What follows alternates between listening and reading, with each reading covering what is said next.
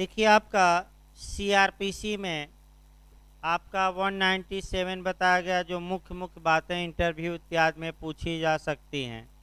इसके बाद आपका सीआरपीसी की धारा देखी जाए 198। आपका 198 से आपका बता दिया जाए, यूपी में क्वेश्चन आ चुका है, मेंस में भी आपका क्वेश्चन आ चुका है। और यूपी मेंस में कैसा क्वेश्चन बना है कैसा नहीं वो देखा जाए।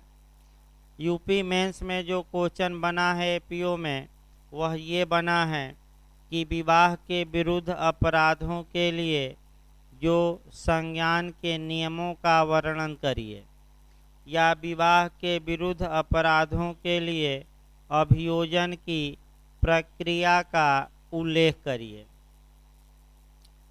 देखिए आपका कैसे आप इस क्वेश्चन को डील करेंगे। तो विवाह के विरुद्ध अपराधों का उल्लेख आईपीसी के अध्याय 20, ये लिखेंगे शुरुआती दौर में भूमिका आईपीसी से जोड़कर। विवाह के विरुद्ध अपराधों का उल्लेख आईपीसी के अध्याय 20 में धारा 493 से लेकर यानी कि 493 से लेकर 498 तक में दिया गया है। सेक्शन लिखेंगे, फिर आप बताएंगे कि ऐसे अपराधों के संज्ञान या कॉग्निजेंस के लिए स्पेशल प्रावधान या विशेष प्रावधान सीआरपीसी की धारा 198 में किया गया है। यानी कि आईपीसी से भूमिका उठाना है और तुरंत 2 लाइन बाद 3 लाइन बाद आपका किस पर जाना है कोरिलेट करते हुए, तो आपका सीआरपीसी की धारा 198। जहाँ तक इसमें बात है 198 का पहले जब भी लिखिए तो लिखते समय बीच में एक केस भी ऐड करना पड़ेगा, और जोसेफसाइन वर्सेज यूनियन ऑफ इंडिया, इस पर एक केस भी आपका ऐड करना पड़ेगा। अभी हम पढ़ाते समय कहाँ केस को ऐड करना है बताएंगे। और इसमें एक पॉइंट असंवैधानिक या अब अवैध घोषित कर दिया गया है। किस केस में? तो जोसेफसाइन वर्सेज यूनियन ऑफ इंडिया, यानी कि भारत संघ। आइए देखा जाए 198 में क्या बातें हैं क्या नहीं है, देखिए कह करके। आपका पहला क्लास देखिए, कोई न्यायालय भारतीय दंड संहिता के अध्याय 20 हम लिखवा ही चुके हैं आपका, यानी कि शुरुआती दौर में बताए कहाँ से कहाँ तक सेक्शन है 493 से लेकर 498। अध्याय 20 के अधीन दंडनीय अपराध का संज्ञान ऐसे अपराध से व्यथित किसी व्यक्ति द्वारा किए गए परिवाद पर ही करेगा, अन्यथा नहीं।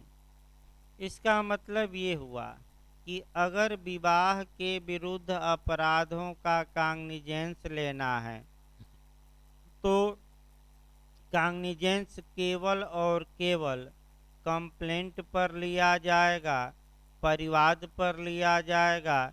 इसका मतलब ये हुआ कि पुलिस रिपोर्ट पर या स्वयं के ज्ञान पर ऐसे अपराधों का कॉग्निजेंस नहीं लिया जाता। तो क्या करना पड़ेगा आपको हर हाल में? कंप्लेंट, पहला नियम। दूसरा नियम, कंप्लेंट कौन कर सकता है? समाज का कोई भी व्यक्ति कर सकता है कि केवल विक्टिम या आहत या पीड़ित या व्यथित कर सकता है। तो कौन कर सकता है? केवल व्यथित। 2 पॉइंट इसमें निकले, अन्यथा नहीं। यानी कि इसका मतलब ये आया कि अगर कोई थर्ड पर्सन परिवाद करे या पुलिस रिपोर्ट भेजे या स्वयं के ज्ञान पर, इस पर कॉग्निजेंस नहीं लिया जाएगा। अन्यथा नहीं का मतलब कि अदर नथिंग अदरवाइज, यानी कि इसका मतलब ये हुआ कि पुलिस रिपोर्ट और स्वयं के ज्ञान पर ऐसे अपराधों का संज्ञान नहीं होगा। तो केवल किस पर होगा? परिवाद पर। ये कवर करना है।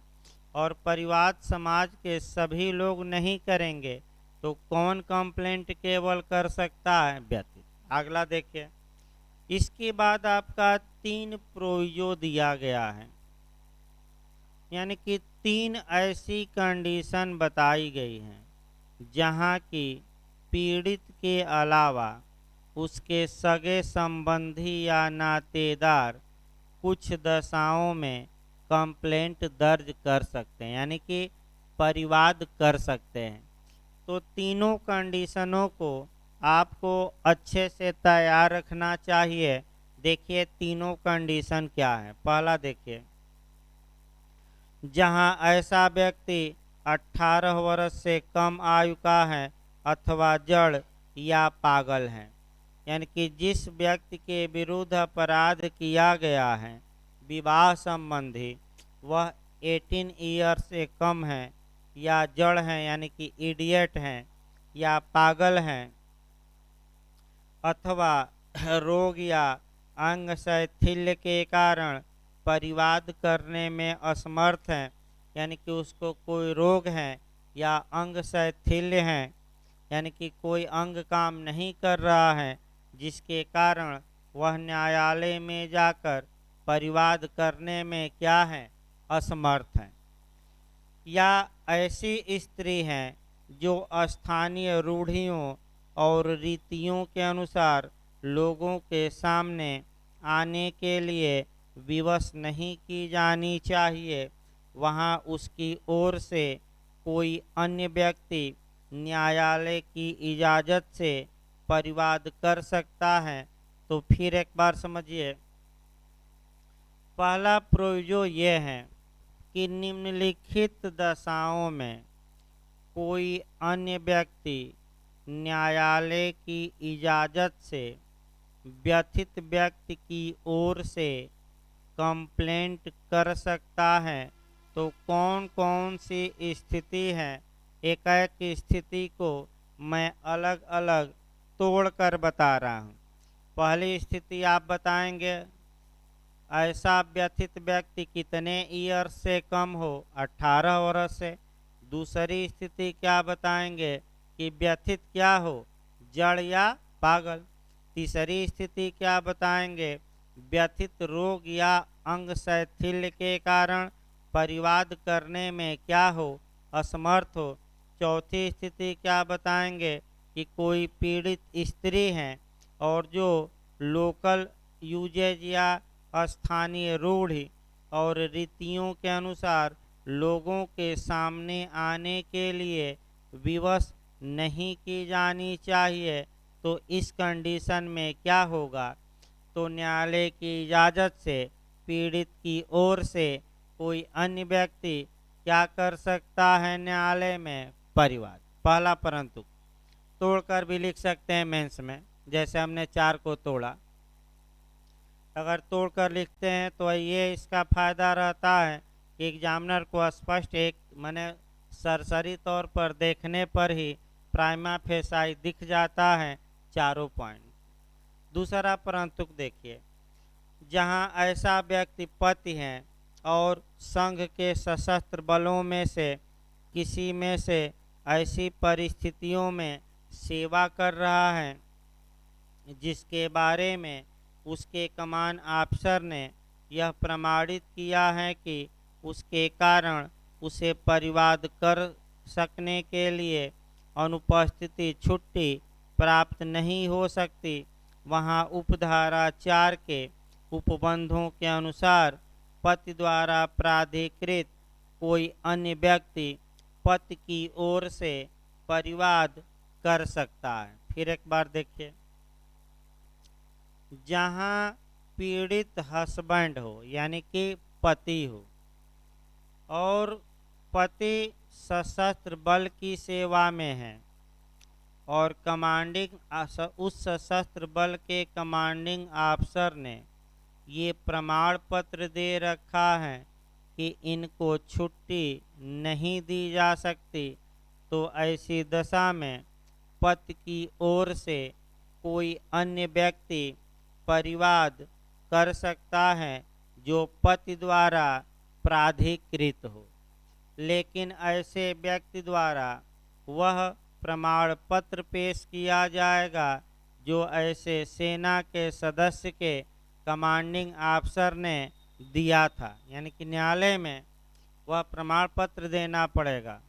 आगे क्लास 4 में बताया जाएगा। तीसरा परंतु देखिए, जहां भारतीय दंड संहिता की धारा 494 या 495 यानी कि बाइगेमी दुविवाह बाइगेमी के अधीन दंडनीय अपराध से व्यथित व्यक्ति पत्नी है, वहां उसकी ओर से उसके पति नहीं उसके पिता, माता, भाई, बहन, पुत्र, पुत्री या उसके पिता या माता के भाई या बहन द्वारा या न्यायालय की इजाज़त से किसी ऐसे अन्य व्यक्ति द्वारा जो उससे रक्त, विवाह या दत्तक द्वारा संबंधित हैं, परिवाद किया जा सकता है।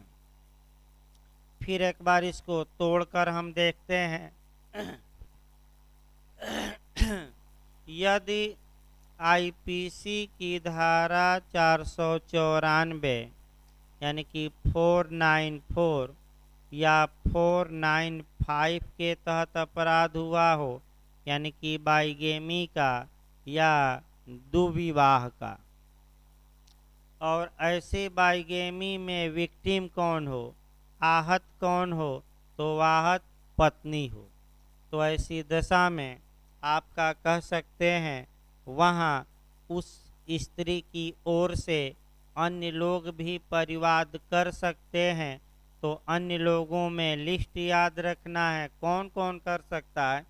तो उस स्त्री का पिता कर सकता है, उस स्त्री की माता कर सकती हैं, उस स्त्री का भाई कर सकता है, उस स्त्री की बहन कर सकती हैं, उस स्त्री का पुत्र कर सकता है, उस स्त्री की पुत्री कर सकती हैं, या उस स्त्री के पिता या माता का भाई कर सकता है, या पिता या माता का बहन कर सकती है, यानी कि बुआ कर सकती हैं। अब समझिए, अगर ये लोग परिवाद उस स्त्री की ओर से करते हैं तो न्यायालय की इजाज़त लेने की कोई आवश्यकता नहीं है, याद रखिए। लेकिन और 3 लोग हैं जो परिवाद कर सकते हैं, जो उस स्त्री से रक्त से संबंधित हो, उस स्त्री से विवाह से संबंधित हो, या दत्तक या एडॉप्शन द्वारा संबंधित हो। लेकिन अगर रक्त, विवाह या दत्तक वाले करते हैं तो सतर्क ये रहना है कि ये लोग परिवाद तभी कर पाएंगे जब किसकी इजाज़त ले लें, न्यायालय की। ये आपका तीसरा परंतु भी महत्वपूर्ण निकला। अगला ये क्लाज 2। क्लाज 2 में ही आपका केस लिखना है। पहले बेरक देखा जाए। उपधारा 1 के प्रयोजन के लिए स्त्री के पति से भिन्न कोई व्यक्ति उस संहिता की धारा 497 या 498 के अधीन दंडनीय अपराध से व्यथित नहीं समझा जाएगा। इसको समझिए, यही आपका केस सेट करना है।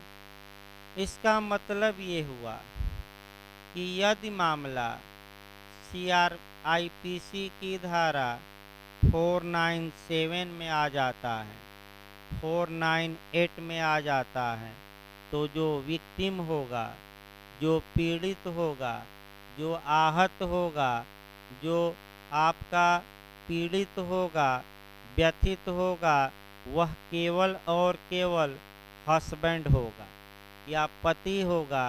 इसका मतलब कि जार कर्म के अपराध में यानी कि एडल्ट्री के अपराध में 497 और किसी की पत्नी को बहलाकर फुसलाकर ले जाने के मामले में यानी कि 498 के तहत जो विक्टिम होगा वह केवल और केवल पति होगा।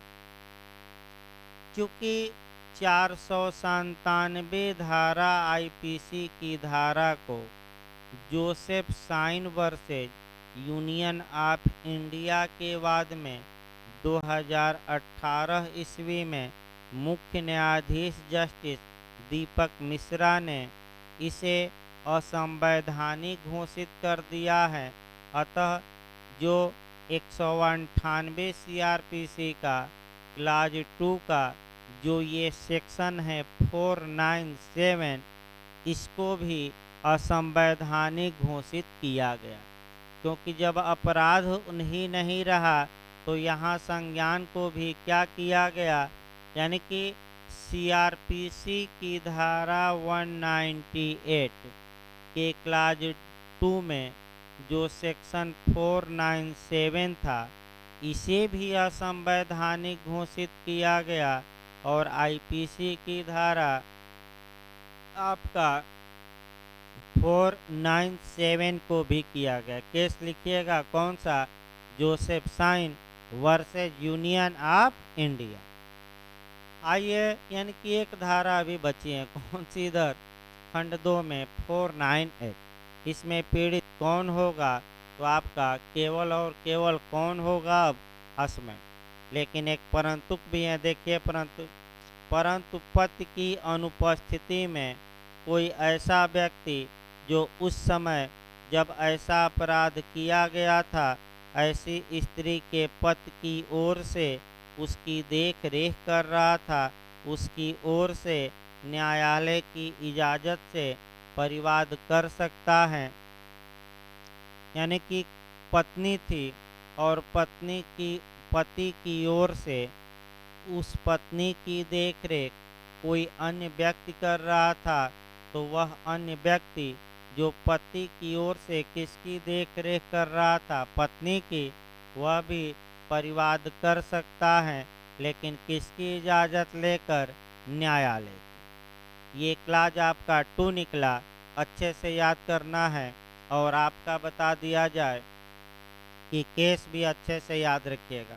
आइए क्लास 3 देखा जाए आपका, जब उपधारा 1 के परंतु के खंड क के अधीन आने वाले किसी मामले में 18 वर्ष से कम आयु के व्यक्ति या पागल की ओर से किसी ऐसे व्यक्ति द्वारा परिवाद किया जाना है जो सक्षम प्राधिकारी द्वारा आपका अवयस्क या पागल के शरीर का संरक्षक नियुक्त या घोषित नहीं किया गया है, तब न्यायालय का समाधान हो जाता है कि ऐसा कोई संरक्षक जो ऐसे नियुक्त या घोषित किया गया है, तब न्यायालय इजाज़त के लिए आवेदन मंजूर करने के पूर्व ऐसे संरक्षक को सूचना दिलवाएगा और सुनवाई का उचित अवसर देगा। इसको थोड़ा अपनी भाषा में देखा जाए आपका, यदि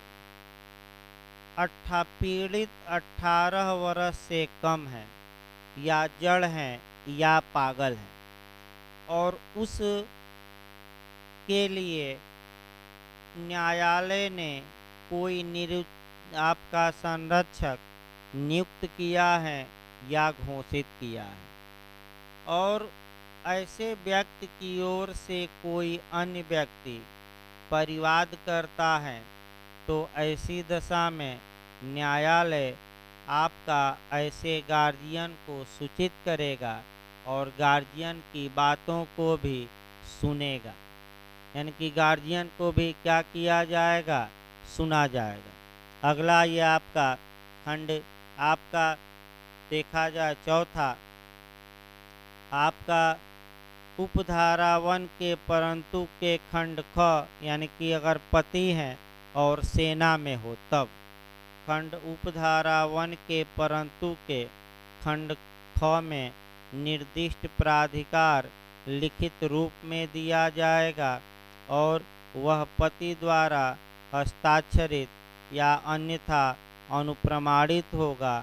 उसमें इस भाव का कथन होगा कि उसे उन अभिकथनों की जानकारी दे दी गई है जिसके आधार पर परिवाद किया जाना है और वह उसके कमान ऑफिसर द्वारा प्रति हस्ताक्षरित होगा तथा उसके साथ उस ऑफिसर द्वारा हस्ताक्षरित इस भाव का प्रमाण पत्र होगा कि पति को स्वयं परिवाद करने के प्रयोजन के लिए अनुपस्थिति छुट्टी उस समय नहीं दी जा सकती। यानी कि जो भी परिवाद किया जाएगा, अगर सेना में पति हैं तो उसके द्वारा भाई एक मने एफिडेविट लगाई जाएगी कि हमारी ओर से ये परिवाद कर रहे हैं, वो भी साइन करेगा, उसका अधिकारी काउंटर साइन करेगा, फिर अधिकारी का प्रमाण पत्र रहेगा और ये एफिडेविट और कमांडिंग ऑफिसर का प्रमाण पत्र परिवाद दाखिल करते समय पेश किया जाएगा और उसमें लिखा रहेगा।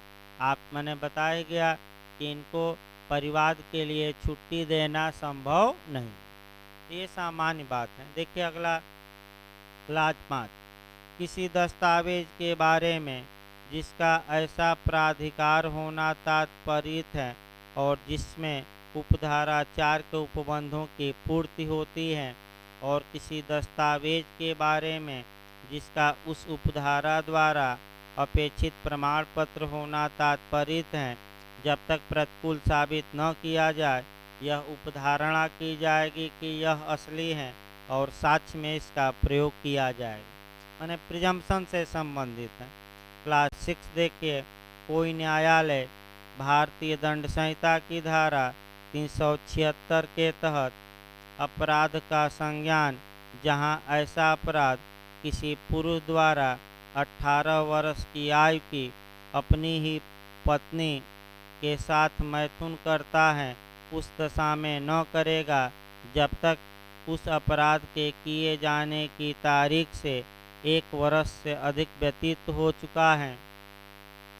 इसका मतलब ये हुआ कि अगर पत्नी की एज 18 वर्ष से कम है, उसके साथ पति ने मैथुन किया है तो ये दंडनीय अपराध होगा और इसके लिए जब परिवाद किया जाएगा तो मैथुन किए जाने के अगले 1 वर्ष के अंदर ही किया जाएगा। समय निर्धारित है, माने अनंत काल तक पत्नी या उसके रिश्तेदार मुकदमा नहीं कर सकते। आपका इस पर भी काफ़ी विवाद उत्पन्न हुआ था।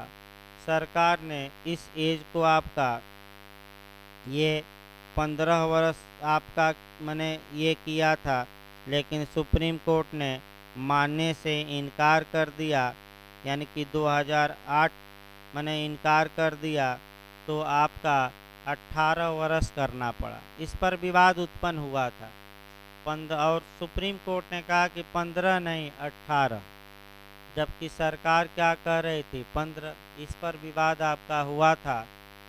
आगे देखिए आपका 198A एक लाइन का प्री का क्वेश्चन कि क्रूरता या आईपीसी की धारा 498A के तहत अपराधों का कांग्निजेंस कैसे लिया जाएगा, परिवाद पर कि पुलिस रिपोर्ट पर कि दोनों पर।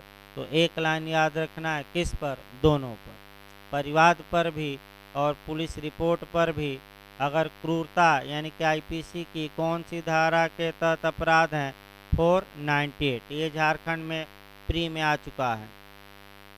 198B देखिए, अपराध का संज्ञान, तो आपका कह सकते हैं कि वहीं आया कि अगर पत्नी 18 वर्ष से कम है, उसके साथ पति ने मैथुन किया है, तो 198 बता रही थी कि परिवाद कितने दिन के अंदर करना पड़ेगा, 1 साल के अंदर। और 198B बताएगी कि परिवाद कौन कर सकता है। फिर एक बार देखिए, कौन कर सकता है, तो आपका माने कौन कर सकता है, तो पति के विरुद्ध परिवाद फाइल किए जाने या किए जाने पर अपराध गठित होता है, प्रथम दृष्टया समाधान होने के सिवाय संज्ञान नहीं करेगा। इसका मतलब ये हुआ कि अगर पत्नी 18 वर्ष से कम है, पति ने उसके साथ मैथुन किया है, तो मैथुन किए जाने के अगले 1 वर्ष के अंदर ही परिवाद किया जाएगा। यह 198 का क्लाज 6 बताता है। लेकिन परिवाद ही किया जाएगा, ये 198 धारा बी बताती है, यानी कि 198 ख। अब ये है कि भाई पुलिस रिपोर्ट और स्वयं के ज्ञान पर संज्ञान नहीं लिया जाएगा, और मजिस्ट्रेट संज्ञान तभी लेंगे जब प्राइमा फेसाई प्रथम दृष्टया उन्हें विश्वास हो जाए कि ऐसा अपराध किया गया। प्राइमा फेसाई कहते हैं। अगला ये 199, यहाँ से फिर आपका क्वेश्चन बनता है मानहानि के लिए अभियोजन। देखिए, आपका डिफमेनेशन के लिए आपका जो अभियोजन या प्रोसिक्यूशन का प्रावधान किया गया है, उसके लिए कौन कौन सी धाराएं आपको ऐड करना है, ये पहले हम देख लें। तो इसके लिए आपका आईपीसी देखना पड़ेगा और फिर आपका सीआरपीसी, कम से कम 2 आप ज़रूर पढ़ेंगे। आईपीसी का अध्याय 21 पढ़ेंगे, 499 से लेकर 502 तक। कहाँ से कहाँ तक धाराएं? 499 से 502 तक। सीआरपीसी में जब पढ़िएगा तो 199 पढ़िएगा, आब्लिक 237 पढ़िएगा, और आब्लिक आपका 244 से लेकर 250।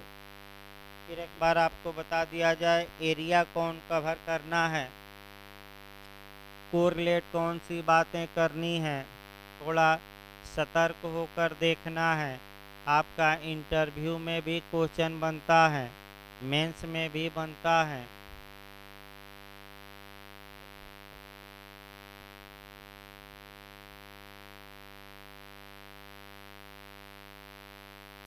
फिर एक बार देखिए, तब आगे बढ़ा जाए अच्छे से इसको। जब भी 190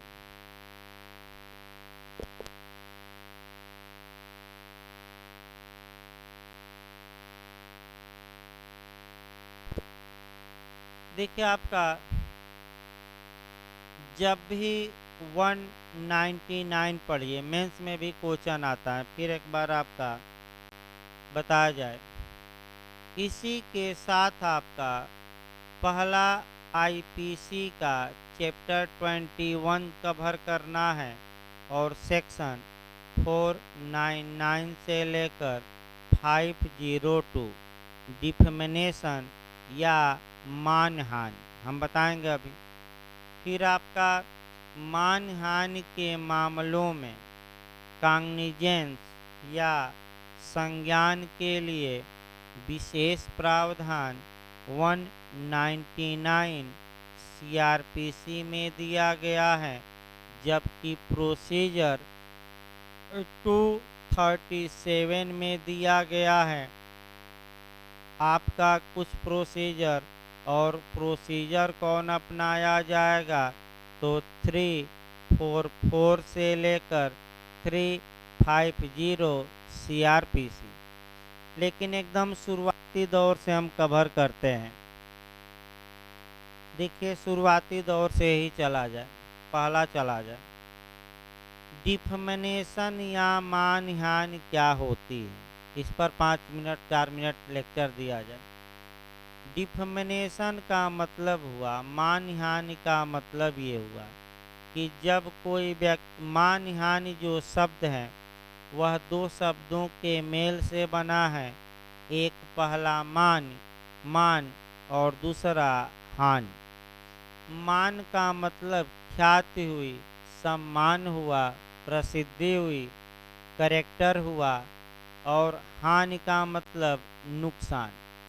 यानी कि जब किसी व्यक्ति के ख्याति को नुकसान पहुंचाया जाता है, मान को नुकसान पहुंचाया जाता है या सम्मान को ठेस पहुंचाई जाती है, इसी को हम डिफेमेशन या मानहानि कहते हैं। मान यानी कि लीगल भाषा में ये आया कि जब कोई व्यक्ति किसी दूसरे व्यक्ति को अपमान वचन द्वारा या अपमान लेख द्वारा ख्याति को नुकसान पहुंचाता है, उसे हम मानहानि कहते हैं। यानी कि कैसे मानहानि की जा सकती है? अपमान वचन द्वारा या अपमान लेख द्वारा। यानी कि आपका लाइबिल या यानी कि आपका अपमान लेख, स्लैंडर यानी कि अपमान वचन। जिस प्रकार आपका कहावत भी कही जाती है कि धन चला गया तो कोई बात नहीं, फिर कमा लिया जाएगा। स्वास्थ्य चला गया तो कुछ ही गया, दवा दारू से फिर ठीक हो जाएगा। दारू नहीं भाई, आपका फिर शब्द को वापस लिया जा रहा है। दवा वैसे भी आजकल कई लोग दारू से कोरोना भगा रहे हैं और खूब दारू बिक रही है। और बता दिया जाए, सरकारी कर्मचारियों का वेतन भी दारू के टैक्स से जा रहा मिलता है और दारू के टैक्स से ही तमाम योजनाएं चल रही हैं। यानी कि पियक्कड़ों ने ही देश को बचा रखा है। इससे तो यही लगता है, जितना दूध की दूध के स्टॉल पर नहीं भीड़ रहती, उतना तो आपका जो ये 85-86 वाले हैं यानी कि दारू वाले हैं, उन पर भीड़ रहती है। तो ऐसे एक साथ कहा जाता है कि दवा दारू करा लो। जैसे कि आपका पढ़ाई में भी कई लोग करते हैं, भाई पढ़ते भी हैं और सोखा ओझा और पंडितों के चक्कर में ज़्यादा रहते हैं। इस गली के पंडित तो उस गली के पंडित और तमाम पंडितों से सलाह लेकर कार्य करते हैं, इसमें कोई शक नहीं है। तो उसी प्रकार आपका साथ में यूज किया जाता है दवा दारू। यानी कि स्वास्थ्य चला गया तो कुछ ही गया, और अगर ख्याति चली गई, सम्मान चला गया, प्रसिद्धि चली गई, तो सब कुछ नष्ट हो जाता है। ये कहावत कही जाती है। तो ये जो मान है, प्रसिद्धि है, इसको प्रोटेक्ट करने के लिए आपका संविधान भी है, यह अपकृत्य भी है और यह अपराध भी है। तो हमें अपकृत्य देखना नहीं है, हमें केवल और केवल अपराध देखना है। यानी कि आपका ऑफेंस देखना है। देखिए इसको, भारतीय दंड संहिता के अध्याय 21 में धारा 499 से लेकर 502 तक में मानहानि से संबंधित अपराधों का उल्लेख किया गया है। कहाँ से कहाँ तक? 499 से लेकर 502। ऐसे अपराधों के लिए कॉग्निजेंस या संज्ञान के विशेष नियम सीआरपीसी की धारा 199 में किया गया है। अब 199 से दो प्रकार का क्वेश्चन बनता है, एक सामान्य क्वेश्चन और दूसरा 199 का क्लाज 2 से अलग क्वेश्चन बनता है कि अगर लोक सेवक की मानहानि है, राष्ट्रपति की मानहानि है, तो इसके लिए आपका क्या प्रक्रिया होगी। तो इसको आपका कल बताया जाएगा अगले लेक्चर में। यानी कि 199 को आपका कल डिटेल में बताया जाएगा और ये बताकर कल आपका कंप्लेंट भी समाप्त कर देना है, ताकि थोड़ा स्पीड में कोर्स ख़त्म हो। धन्यवाद।